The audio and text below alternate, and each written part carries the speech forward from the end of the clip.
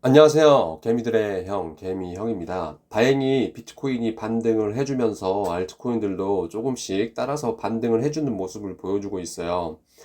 이 상태로 계속 올라갔으면 좋겠습니다. 그쵸? 다들 그런 바람을 갖고 계실 거예요. 또 그렇게 될 수도 있습니다. 제가 저번 영상에서 이 불장이 오려면 어떤 모습을 보여야 된다라고 말씀을 드렸었잖아요. 하지만 이 시장에서 오래 살아남으려면 약간 유연한 사고를 가져야 된다고 생각해요. 저도 지금까지 그게 잘 안 됐기 때문에 좀 어려움을 많이 겪었던 부분이에요. 그런 부분들을 좀 말씀드리고 싶은데, 이 시장에 오래 있다 보면 뭐 성공한 사람들도 보고 실패한 사람들도 많이 봅니다. 근데 한 가지 이 부분 때문에 성공도 하고 또 실패도 많이 합니다. 뭐냐면요. 희망회로. 예. 희망 회로 때문에 굉장히 큰 돈을 벌기도 하고요. 그리고 크게 망하기도 합니다. 근데 이 지금의 이 자리가 저는 약간 갈릴 수 있는 자리다라고 보고 있어요. 그리고 좀 유연하게 왜 양쪽 방향을 다 말하냐 이렇게 보기보다는 만약에 내 생각과 반대로 갔을 때 내가 어떻게 할 것인가를 각자가 결정을 해둬야 된다는 거예요. 이런 말씀을 제가 더 자주 드려야 된다고 생각합니다. 무조건 한 방향으로 상승만 외치다가 이게 진짜 이제 위로 갔다가 이게 내려가는 그림이면 어떡하나요? 그쵸? 어쨌건 이 희망 회로 때문에 성공도 하고 실패도 한다. 양날의 검이죠. 근데 이제 이렇게 올라갔다가 하락을 하더라도 이런 게 있어요. 진짜로 초장기적으로 보면 아무것도 아닙니다, 이거. 버티면요. 진짜 내가 이상한 코인을 사지 않는 이상은 결국 내 자산은 늘어나게 돼 있어요. 내가 괜찮은 코인을 사서 기다린다면 분명히 자산은 늘어나게 돼 있다. 이미 이 리플 코인을 보시면 아실 거예요. 저도 리플을 7년 동안 홀딩하고 있고 아직도 그때 산 물량을 아직도 그대로 들고 있습니다. 뭐 전혀 느낌이 없어요. 좀 올라가고 뭐 자산이 올라가더라도 느낌이 없는 상태까지 와버렸어요. 그래도 이번에는 어떤 액션이 있었을 때 좀 매도를 하고 싶다라는 생각을 갖고 있어요. 그렇습니다. 이 리플 코인을 보면 초장기적으로 갔을 때 결국 자산은 늘어나게 돼 있다. 조건은 진짜 이상한 코인을 사면 안 된다. 이제 그거죠. 예. 그래서 뭐 진짜 초장기적으로 보시는 분들은 그냥 버텨도 상관이 없다라고 봅니다. 근데 대부분 그렇지 않아요. 대부분 이렇게 하락이 나왔을 때는 정말 고통스럽습니다. 그러니까 이 고통이 경험이 돼서 경험이라고 생각하고 긍정적으로 받아들여서 성장을 하는 사람들이 있고, 근데 이 고통에서 무너지는 사람들이 있어요. 그리고 다시는 긍정적인 생각을 못 하시는 분들도 있습니다. 이거는 사람에 따라서 그 성향에 따라서 다른 것 같아요. 그래서 그 성향, 내 성향이 어떤 성향인가를 잘 파악을 하셔야 된다고 생각해요. 그래서 어떤 자신의 성찰이 굉장히 중요한 것 같습니다. 뭐 투자뿐만이 아니고 어떤 일을 하던 간에 그런 부분이 있어야 이게 성장이 가능한 것 같아요. 나를 볼 수 있어야 된다. 그런 말씀을 드리고 싶고요.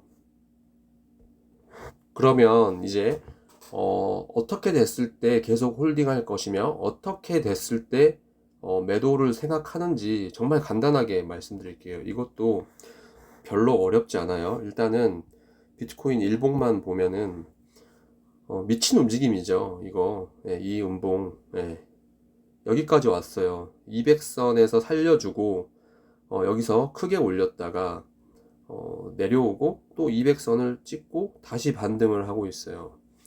이 무빙 왔다 갔다 하는 무빙에서 굉장히 많은 사람들이 털려 나갔을 것 같아요. 굉장히 이걸 예측할 수 있는 사람은 없었다. 단 한 명도 없었을 것이다 라고 봅니다. 저는 어쨌건 이런 움직임을 보여주고 다시 반등을 하고 있는데 일봉에서 보면 이거예요. 그냥 올라가서 제가 저번 영상에서 105에서 102K를 말씀드렸어요. 이렇게 올라와서 위쪽에서 비벼주면은 상승 가능성이 생긴다. 예. 이렇게 이런 상승이 나와서 비벼주는 움직임이 나오면 그냥 홀딩을 할 것 같아요. 예. 별로 안 어렵죠. 바로 올라오지 않더라도 이게 뭐 여기서 또 저항 받다가 이렇게 올라올 수도 있어요. 또 예, 시간을 끌면서 오히려 약간 이런 그림이 나올 수도 있어요. 그러면 일봉상 이평선이 이렇게 예, 정배열로 바뀌는 움직임이 나옵니다. 이렇게 예, 이렇게 이런 식으로 50선 이렇게 밑으로 내려오고요. 네, 이랬을 때 뭔가 더 탄탄하게 예, 올라갈 수 있다라는 거예요. 그리고 나서 위에서 비벼줄 때 이제 알트코인들이 따라 올라주면서 테더 도미넌스의 하단을 깰 수 있다. 이런 부분을 말씀드렸었는데 보고 넘어갈게요. 빠르게. 이렇게 되면 이제 비트코인이 지금 가격부터 한 13에서 14%를 상승하는 거예요. 그러면 이걸 보면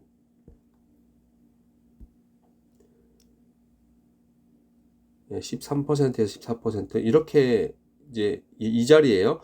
4.1716 이 정도 됩니다. 4.1716. 그럼 나머지는 이 하단을 4.1716이면 여기에요. 여긴데 이 자리인데 그쵸? 이 자리쯤 되는데 나머지 이 부분의 하단은 이제 알트코인들이 도와줘서 이거를 깨고 내려가는 거죠. 이때만 짧게 불장이 오는 거죠. 이 이후에는 저는 무조건 하락장이 다시 시작될 거라고 봐요. 예, 테더 도미넌스는 올라가고 이제 어디에서 끝날 것인가는 또 제가 보이는 것들이 있는데 그거는 아직 말씀드리기 좀 이른 것 같아요. 이런 움직임이 나오고 나서 말씀드려도 될 것 같고 네, 이렇게 하단을 깨고 내려가면서 짧게 오는 불장 이렇게 된다라고 이런 시나리오라면은 홀딩을 할 것 같아요. 즉 비트코인이 102K에서 105K로 올라와야 된다. 그리고 이제 매도의 기준을 말씀드릴게요. 매도의 기준은 그냥 간단합니다. 이 3일봉으로 볼 거예요. 매도의 기준은 3일봉. 제가 이 노란색 3일봉의 50선을 계속 지속적으로 말씀드리고 있어요. 예, 이렇게. 이게 데드크로스가 나오면 이 7선, 이 3일봉의 7선이 이 노란선 50선을 뚫고 내려갔을 때는 결국은 다시 이 100선을 깨는 움직임이 나올 것이다. 예. 이때는 정말 큰 폭락이 나올 수도 있다라는 거예요. 그러면 이 3일봉에서의 어떤 신호가 있을 것이다. 저는 그렇게 봅니다. 이 데드크로스가 나와도 살리는 경우가 있어요. 근데 굉장히 드물어요. 근데 가능하다. 예, 가능하다. 보면 어떻게 가능하냐. 제가 이 부분도 계속 말씀드리는 부분인데 이런 자리처럼 보이시죠? 데드크로스가 됐는데 다시 살렸어요. 그러니까 이때의 움직임을 참고해 볼 필요가 있다라는 거예요. 결국 어떻게 돼야 되냐.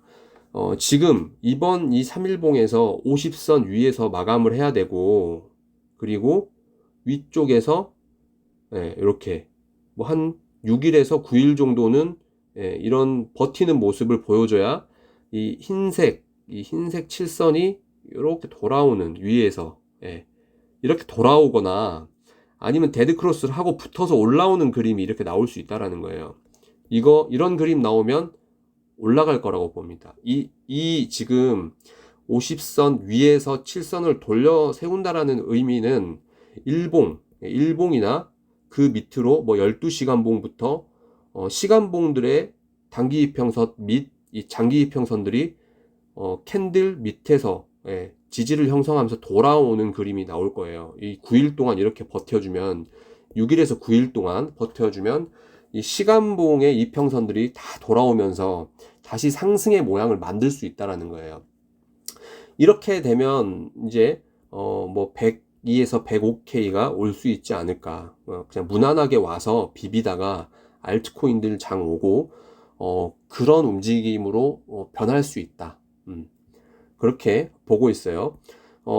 일단은 이 기준이고, 근데 이제, 이게 데드크로스가 되고, 네, 데드크로스가 되고, 올라와서 버티다가 다시 깨졌을 때, 이거는 도망간다. 네, 이건 도망가야 된다.